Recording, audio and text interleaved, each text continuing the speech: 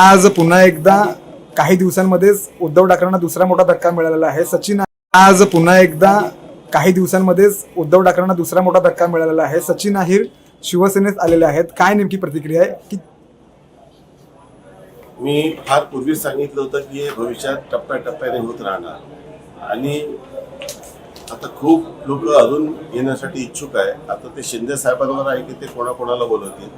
मला असं वाटतं की भविष्यात एकच शिवसेना पूर्णपणे राहणार आहे, ते म्हणजे शिंदे साहेबांच्या नेतृत्वातील. फक्त संजय राऊतला सोडून इथं सर्वांना प्रवेश देण्याबद्दल देखील भविष्यात विचार होऊ शकतो. आणि मला असं वाटतं की उद्धवजी आणि आदित्यजींनी यांनी शिंदे साहेबांचे नेतृत्व मान्य करून मान्य बाळासाहेबांची शिवसेना एकच आहे असं समजून या शिवसेनेच्या नेतृत्वात काम करावं. जसे सचिन अहिर हे मूळचे टेक्निकली शिवसेनेचे आहेत असा दावा आहे, तसे अनेक आमदार जे आहेत ते मूळचे शिवसेनेचे आहेत. म्हणजे नाही, जेव्हा सचिन अहिर विधान परिषदचे सदस्य झाले तो दिवस होता 20 जून, जेव्हा त्यांचा निकाल आला होता. त्यामुळे ते मूळ शिवसेनेचेच आहेत आणि आता मूळ शिवसेनेचे. मग असं किती आमदार आहेत अजून?